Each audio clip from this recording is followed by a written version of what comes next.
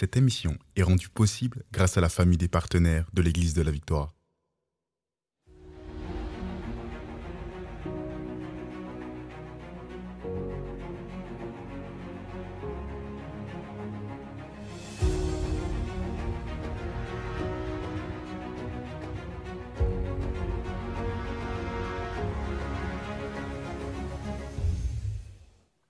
Gloire à Dieu et bonjour, bienvenue à l'émission Parole de foi. Quelle joie de vous avoir avec nous aujourd'hui pour un temps merveilleux dans la parole de Dieu.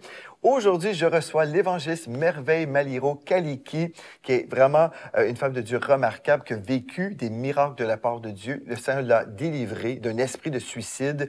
Il a rebâti sa vie et aujourd'hui, elle revit. Amen. Gloire à Dieu et elle vit pour Jésus-Christ. Et aujourd'hui, on va vous encourager dans la foi, dans la parole de Dieu. Et je crois que votre vie sera impactée. Si vous avez raté nos 2 émissions précédentes, je veux vraiment vous inviter à les découvrir sur la chaîne YouTube de l'Église de la Victoire, dans les archives de l'émission Parole de foi. Vous allez être vraiment bénis parce qu'on ne peut pas prendre le temps de tout revoir, mais en gros, l'évangéliste Merveille a été vraiment guéri dans son âme après le rejet de son premier mari qui l'a abandonné.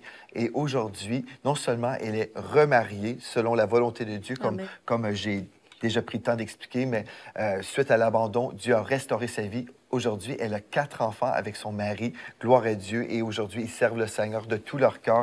Et elle écrit des livres en plus. Donc, bienvenue, Évangéliste Merveille. Et puis, merci, Pasteur Joël. Et quand tu parles que j'écris le livre, tu m'as donné une prophétie l'année passée. Ah bon? Au mois de janvier. Ah bon? OK. Et tu disais, ah, Merveille, je te vois écrire plusieurs livres. Ah. C'est comme, wow! Bien, gloire à Dieu, gloire à Dieu. Et je sais que pas l'évangéliste, mais le prophète Gwen Dresser aussi avait un mot pour toi, c'était que c'était possible, qu'il voyait le mot possible. Possible. Oui, que les choses étaient possibles pour toi, pour les gens qui vivaient des impossibilités. Oui, en fait... quand il m'avait donné une parole par rapport à ce que je faisais dans le ministère des femmes, parce que vraiment, j'ai à cœur vraiment les femmes. Alors, il me disait que je te vois prêcher à beaucoup de femmes. Et les femmes, ce qu'elles disent, elles disent, ah, waouh, c'est possible parce qu'elles voyaient les choses changer au niveau de leur système de pensée, au niveau vraiment des restaurations. Et puis, ils disaient, c'est possible. C'est possible va devenir ton slogan, puis dans le ministère. Alors, quand j'ai commencé à écrire le livre, Dieu m'avait donné le mot « revivre ». Alors, je disais, ben, il manque quelque chose. On se disait qu'il manquait quelque chose et Dieu nous a aussi rappelé que Pasteur Gwen avait dit « c'est possible ». Alors, c'est comme dit « eh oui, on va coller ça là-bas ». Revivre, c'est possible. Revivre, c'est possible. Et ça fait tout son sens parce que moi aussi, justement, je peux dire que revivre, c'est possible. Quand je regarde ma vie, comment Dieu l'a transformé. J'ai l'impression que j'ai vécu dans 2 mondes différents, mais je préfère celui actuel. Amen, amen.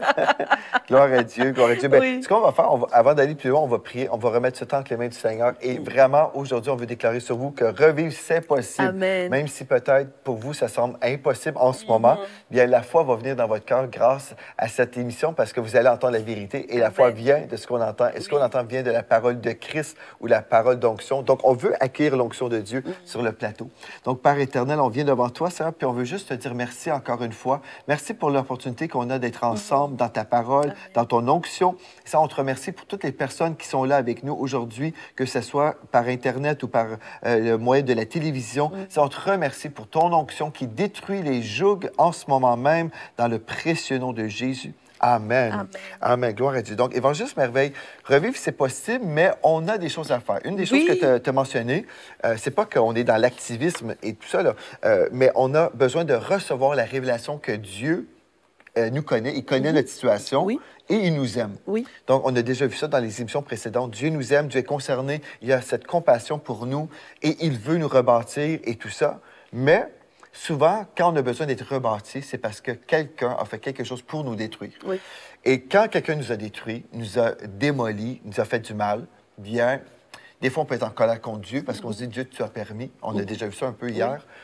Mais des fois, on peut être en colère contre une personne aussi et dire, tu m'as fait du mal. Tu m'as fait du mal et je te déteste. Mais si je déteste quelqu'un et je suis rempli de haine, c'est comme un poison qui nous fait du mal. Exact. Donc, qu'est-ce que Dieu nous dit par rapport à cette haine qu'on peut avoir? Est-ce que tu as déjà eu de la haine dans ton cœur, toi? Oui, Oui. Mais oui, je suis humaine. Alors, quand on a vécu quelque chose et qu'on a été rejeté, on a été maltraité, on a été violenté, parce qu'il peut y avoir des personnes qui ont subi des violences, des abus, eh bien, on déteste les personnes. On ne veut pas voir peut-être cette personne. Quand on le voit, on veut prendre son arme et puis tac! Humainement, la chair est comme ça. C'est ce qu'on fait, c'est ce qu'on veut. Mais Dieu nous recommande de pardonner. Ah, le pardon. Mais il y a des gens... pardon. Il y en a des gens qui comprennent que le pardon, ça veut dire, ah bien, je dois dire que la personne n'a rien fait. Absolument pas. C'est ce que justement les gens ont peur de pardonner parce qu'ils pensent que pardonner veut dire accepter. Ok, accepte que les personnes continuent à te briser, à te maltraiter, et puis toi tu dis oui, je pardonne. Non, ce n'est pas absolument ça. Pardonner, ce n'est pas accepter le mal, mais pardonner, c'est être délivré du mal. C'est ça, en fait. La manière dont Dieu m'a montré, en fait, le pardon, je n'accepte pas ce que la personne fait, mais ce que je fais, je prends une décision de me défaire de cette offense. Parce que si je ne me défais pas de l'offense, cette offense va continuer à pourrir mon âme. C'est moi qui va continuer à subir cette vie. Malgré que, parce qu'il y a des personnes qui sont encore, qui détestent, qui n'ont pas encore même pardonné aux personnes qui sont mortes. C'est vrai. Ton père t'avait fait quelque chose de mal et le père est mort, hein, mais la personne est encore en colère contre le mort. Ça arrive. Ça veut dire que quelqu'un qui est mort continue à te manipuler. Oui, continue à te faire du mal. Continue à te faire du mal. Mais les gens ne prennent pas conscience, en fait, de cette vérité, que quand je ne pardonne pas, je reste attaché à ce mal. Et ce que Dieu m'a montré aussi comme image par rapport à ça, il dit, mais tu vois le fil électrique, quand je le place, comment dirais-je, je le brache, il y a le courant qui passe. Alors, quand le courant passe, ce qui est là, c'est la même manière que quand tu restes attaché, quand tu ne pardonnes pas, tu restes connecté à l'offense qui s'était produite, et cette électricité qu'on va continuer à t'atteindre. Et tu vas continuer à agir comme la personne voulait que tu agisses. Tes émotions vont continuer à être manipulées. Tu vas continuer à... Parce que ça change ta façon de faire, en fait, ta façon de voir. Donc, tu es conditionné par cette offense-là. Alors, qu'est-ce que tu dois faire? Il dit, le ciseau, c'est cette main qui vient de bracher le courant. Donc, le pardon, il y a des gens qui disent, et j'ai déjà entendu des personnes me dire, Pasteur Joël, je suis dans le processus du pardon. Qu'est-ce que tu en penses? Est-ce que c'est un processus? Non, je ne suis pas d'accord que le pardon, c'est un processus, mais même si les gens, c'est ce que les gens disent, comme si ça vient comme lentement. Le pardon, c'est une décision qu'on prend chaque jour. Exactement. Voilà comment je le vois. On choisit, comme tu dis, on décide, je vais pardonner la personne qui m'a fait du mal. Oui. Je choisis le pardon. Maintenant, les émotions de libération ne sont pas forcément là d'un seul coup. Là. Mais je prends la décision, je pardonne, et là, je reçois aussi la guérison de la blessure. Oui, c'est ça, en fait. Là, c'est l'Esprit de Dieu qui va me guérir.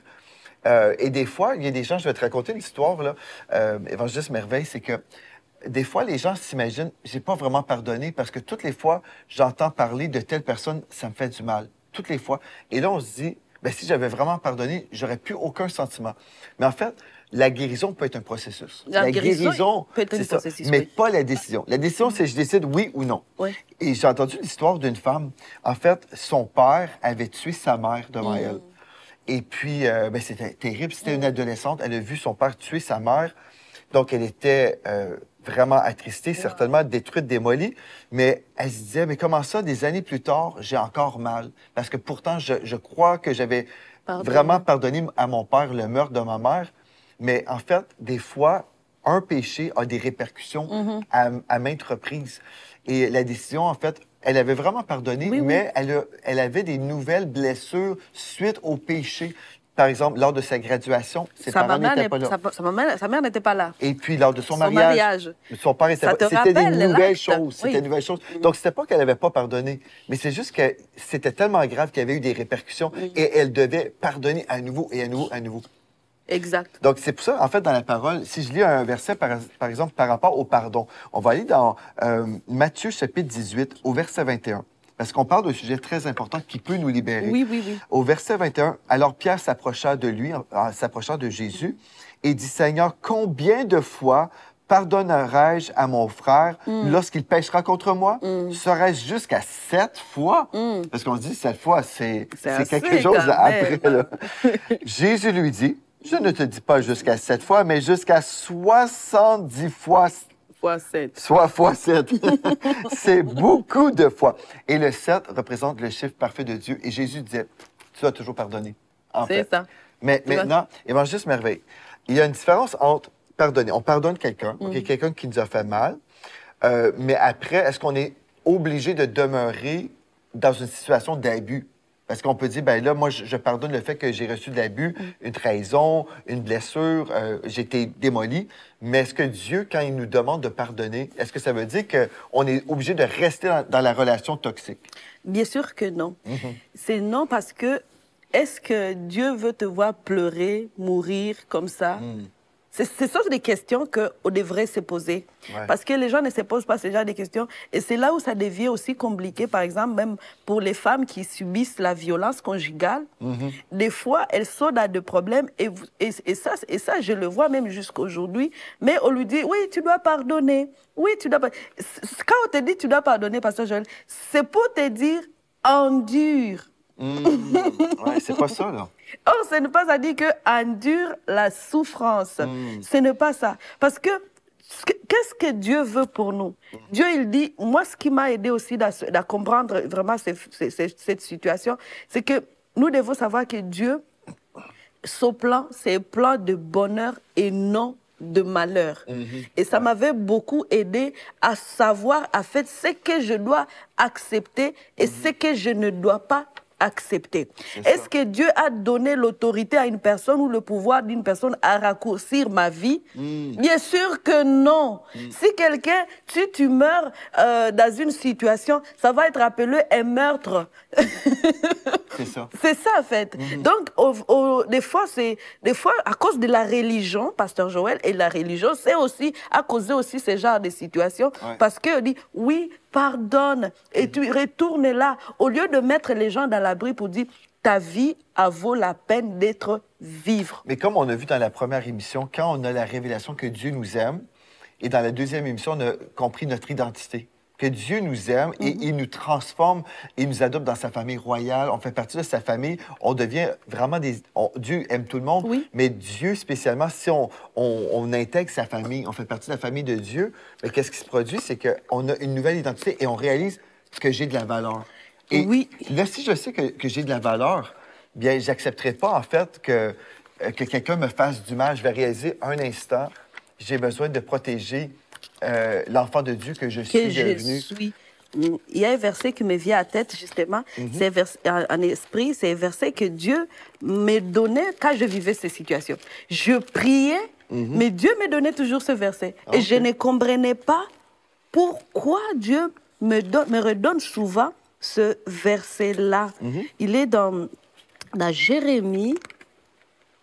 Et pendant que tu cherches, moi, je vais lire Proverbe 4, verset 20. Parce qu'en fait, ce texte-là, je crois, va vraiment vous aider bibliquement. Là. Proverbe 20, en fait, au verset 23, « Garde ton cœur ». Donc, Proverbe 4, 23, « Garde ton cœur plus que toute autre chose, car de lui, de votre cœur, car de lui viennent les sources de la vie. » Dieu nous dit, garde ton cœur. Et une des façons qu'on peut garder notre cœur, c'est en discernant notre entourage. Amen. En fait, si on a un entourage de personnes qui nous abusent, qui nous font du mal, qui ne nous aiment pas, qui ne nous respectent pas, bien, on doit pardonner. On doit pardonner. Certainement, on pardonne parce qu'on ne veut pas avoir de la haine contre ces gens-là. On veut aimer. Non seulement on veut pardonner, on veut aimer, mais l'amour n'implique pas un entourage immédiat. Des fois, on peut juste, pour notre protection, dire j'ai besoin de me retirer d'une relation parce que Dieu dit garde ton cœur. Si mon cœur, si j'accepte qu'on frappe toujours mon cœur, qu'on brise mon cœur et je m'expose, en fait, c'est comme si votre enfant, si vous aimez votre enfant, c'est comme si votre enfant, vous permettez à votre enfant d'aller toujours avec des amis qui vont lui faire du mal. Bien sûr que non. On va dire, mais garde ton cœur, fais attention. On va lui dire même de ne plus aller. Ce ne sont pas des beaux amis. C'est ça. Mais quand il s'agit de relations, non. il est bon ami malgré tout. Non, c'est pas ça. Alors, le verset que je voulais lire, il est dans Jérémie chapitre 15, verset 21. Pasteur, tu peux nous le lire dans ta version? Oui, dans quelques instants. Jérémie 15, et tu dis le verset 21? Le verset 21. Oui. On peut commencer au verset 20 pour comprendre ce que cela veut dire. OK. Donc, Jérémie 15, 20. Je te rendrai pour ce peuple comme une forte muraille d'airain. Ils te feront la guerre, mais ils ne te vaincront pas, car je serai avec toi pour te sauver et te délivrer, dit l'Éternel. Je te délivrerai de la main des méchants, je te sauverai de la main des violents. Wow! Excellent. Et Dieu m'a donné toujours ce verset. Quand je priais, je priais que Dieu change cet homme. Je priais comme ça. OK. Mais toutefois, quand Dieu me parlait, il me donnait ce verset. Wow! On peut le relire. Est-ce que tu voulais le lire dans ta version? Dans ma version, c'est dit « Je t'arracherai des griffes des malfaisants. Wow. Je te libérerai du pouvoir de ces brutes. » Wow. C'est clair. C'est quelque chose, hein? Et peut-être c'est pas ce que tu voulais entendre au début? Au début, je ne voulais pas attendre ça. Mais Dieu le sait si la personne va accepter d'être transformée, hein? Oui. Même moi, à ce moment-là, c'est aujourd'hui, des années plus tard, j'étais déjà sortie là, que j'ai compris ce verset. Wow. Que Dieu me parlait. Me parlait qu'il était pour m'arracher, m'enlever de là. Mais à ce moment, je ne savais pas encore comment interpréter l'Écriture. Parce que, comme je t'ai dit, le divorce, ce n'est pas quelque chose qui te vient directement dans la tête pour dire « Tada !» Non. Non. Mais non. La séparation, ce n'est pas ce qui vient. On veut que les gens changent. Ben oui. On veut que les gens changent. Mais, pasteur Joël, une chose aussi que tu m'avais fait comprendre aussi, on veut que les gens changent, mais Dieu ne force pas quelqu'un à changer. C'est ça. Dieu ne force personne il faut que tu changes. Non. Dieu nous a laissé ce libre arbitre de décider comment est-ce qu'on va vivre en fait. La parole de Dieu, elle est exposée pour tout le monde, mais chacun décide ce qu'elle va faire avec cette parole-là. Alors, vous n'allez pas vous mettre dans des conditions qui ne sont pas favorables pour vous, parce que juste une personne décide de ne pas obéir à la parole de Dieu, de ne pas vous protéger, de vous mettre plutôt en insécurité et votre famille. Oui, vous le pardonnez, je lui pardonne, je pardonne la personne, mais je vaux plus aux yeux de Dieu. Et Dieu a une destinée glorieuse pour moi à faire. Le moment que j'ai la révélation de cette identité en Christ, comme on a parlé hier, là, quand j'ai la révélation de ma valeur, mais je n'accepterai pas certains comportements. Non. Et puis c'est ça, des fois les gens ne nous valorisent pas comme Dieu. Ben, c'est sûr, les gens ne nous valorisent pas comme Dieu nous valorise. Dieu nous a tellement valorisés, on est tellement précieux pour Dieu. Il a donné ce qu'il avait le plus précieux. Dieu le Père a donné son Fils Jésus. C'était son Fils qu'il aimait, mais il a donné Jésus en sacrifice pour nous sauver. Donc c'est la preuve.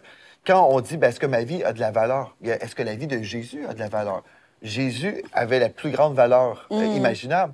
Et pourtant, Dieu le Père a donné Jésus en sacrifice pour nous, parce que Dieu nous aime. Donc, quand j'ai la révélation que Dieu m'aime, et là, je réalise que quelqu'un ne m'aime pas. Exact. Et ne me traite pas comme étant un membre de la famille royale de Dieu. Ne me traite pas avec amour ou avec respect. J'ai la décision. Je peux rester dans une relation comme ça. Mais je crois, en fait, il y a beaucoup de chrétiens qui demeurent dans des relations toxiques, des relations d'abus, des relations horribles, parce qu'ils pensent que c'est ça que Dieu veut. Ils pensent que c'est ça que Dieu veut, et c'est contraire à la pensée de Dieu. C'est vrai. C'est contraire à la pensée de Dieu. La pensée de Dieu, Dieu nous parle de renouvellement de l'intelligence et de connaître sa volonté qui est agréable. Est-ce que ça, c'est agréable, qui est parfait, qui est bon? C'est ça, en fait. Moi, pasteur Joël, voilà pourquoi je disais que notre identité, notre restauration, elle est basée sur notre identité. Parce que cela va vraiment déterminer comment est-ce que nous allons voir le monde et comment est-ce que nous allons vivre dans le monde. Et comment tu as fait, toi, Évangéliste Merveille, pour arriver à cette place dans ta vie, ou cet endroit où ton identité, tu as vraiment eu la révélation, OK, je ne suis plus la rejetée, je ne suis plus l'échec, comme tu pensais, la rejetée, mais je suis, en fait, une reine dans la famille de Dieu. Qu'est-ce qui a fait en sorte que tu as pu vivre cette déclenchement? Je peux dire que j'ai toujours dit que Dieu savait où m'amener pour pour développer cette force. Quand je vois l'église La Victoire, ça a été, je dis, ah Seigneur, tu avais choisi vraiment l'endroit idéal où j'ai été restaurée dans mon identité, parce que le message qu'on prêche ici, c'est un message qui élève. Amen. C'est un message qui vient te lever pour dire, oh my God, je peux me voir comme ça. Je ne savais pas que j'étais une reine. Exact, c'est ce message qui m'a nourri, le message que j'ai reçu. Puis merci beaucoup vraiment pour ce message. Quand les personnes qui sont nos internautes témoignent, et moi je peux témoigner que oui, Dieu m'a amené à la piscine pour nager dans l'amour. Amen. Oui, c'est ça vraiment. Et vous aussi, il veut faire pareil. Lorsque je vois ma vie, je me dis, c'est possible. Et cette possibilité, Dieu, il veut juste que vous dites, Seigneur Dieu, tu veux chanter à te construire, c'est moi. Dis-moi, là, et dis-nous, comme tu peux, donc, après les choses que tu as vécues, comment, est-ce que tu te rappelles du jour où tu as choisi de pardonner celui qui t'avait fait du mal? Est-ce qu'il y a quelque chose dans ton souvenir, tu sais, OK, avant, je ne pardonnais pas, avant, j'étais rempli de haine, mais je suis arrivé à cet endroit dans ma vie où j'étais prête à pardonner? Je dirais que je ne sais pas le temps, pour dire le jour, mais c'est sûr que c'était un moment que je venais de commencer à écrire ce livre. Je pense que ce livre aussi, non seulement Dieu me l'avait amené à l'écrire, mais aussi c'était aussi comme, en même temps je l'écrivais, Dieu me révélait à fait les choses. C'était comme une thérapie pour toi, là. Exact. Donc, le premier livre que tu as écrit, Le mur rebâti. Oui, c'est ça. Et puis, Dieu m'avait montré en fait que tu dois voir les choses comme je vois. Pour arriver à pardonner, il faut que tu vois comme je vois. D'où le verset qui dit, que je peux mentionner, qui est dans Luc 23, verset 34, où Jésus, quand il est à la croix, on est en train de cracher sur lui, on est en train de se moquer de lui, mais la réponse qu'il dit, il dit, Père, pardonne-leur parce qu'ils ne savent pas ce qu'ils font. Et ça, c'est le regard de Jésus, la façon dont Dieu voit les gens. Donc, quand Dieu nous regarde, il m'a montré en fait que ce que la personne faisait, il y a de l'ignorance. Il ne sait pas ce qu'il fait. Il ne sait pas ce qu'il fait. Les gens vont te matraquer parce qu'ils ne savent même pas qui tu es. Ils ne savent pas. Vrai. Ils ignorent que c'est toi le président, futur président. Ils ignorent beaucoup de choses sur toi. Vrai. Alors, tu vas continuer à être en colère pour des ignorants. Et En colère pour des ignorants. Wow! c'est ça, en fait. Alors, quand Dieu m'a montré, il dit, apporte mes lunettes. Et là, je disais, OK, Seigneur, je pardonne. Comme tu as dit, Pasteur Joël, on pardonne, mais nos émotions restent là. J'ai pris la décision de dire, je pardonne à la personne. Quand Dieu m'avait montré ce verset-là, il m'avait parlé de comme ça. Alors j'ai dit, OK. Et quand tu pardonnes, maintenant Dieu embarque dans toucher tes bobos maintenant. C'est un baume de guérison. Oui, c'est ça. Pour que ça ne fasse plus mal. C'est ça. Pour que ça ne fasse plus mal. Quand tu le vois, tu n'as plus envie de l'arracher les yeux. Il y a quelqu'un qui suit, là, ou des personnes, Évangéliste Merveille, qui sont là avec nous et avec le temps qui nous reste. Il y a des gens qui disent, OK, je vais pardonner. Je choisis, j'ai entendu la parole, je choisis de pardonner. Je comprends que ça ne veut pas dire que je vais avoir des petits papillons partout. Je vais laisser l'Esprit de Dieu me guérir, mais je prends la décision. Est-ce que tu veux prier avec sept personnes ou 7 personnes qui veulent pardonner aujourd'hui? Oui. En tout cas, c'est la plus bonne décision, c'est la meilleure des décisions que vous pouvez prendre parce que cette décision détermine comment est-ce que vous allez vivre les choses à partir d'aujourd'hui. Père, nous te bénissons pour ton enfant qui est là, qui nous écoute, qui a envie de pardonner, qui prend cette décision de pardonner. Merci de la bénir pour cette décision et qu'aujourd'hui soit un nouveau départ dans sa vie. Et je prie maintenant que tu guérisses aussi son cœur pour tout ce la personne peut être en train de ressentir à cause de l'offense qui a été commise.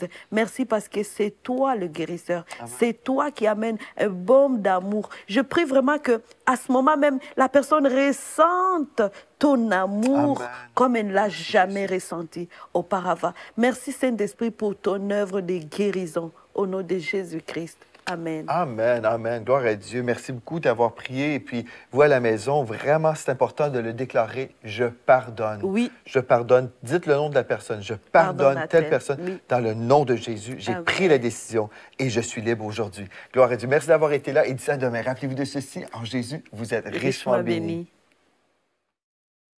Vous êtes bénis par les messages révolutionnaires de l'Église de la Victoire.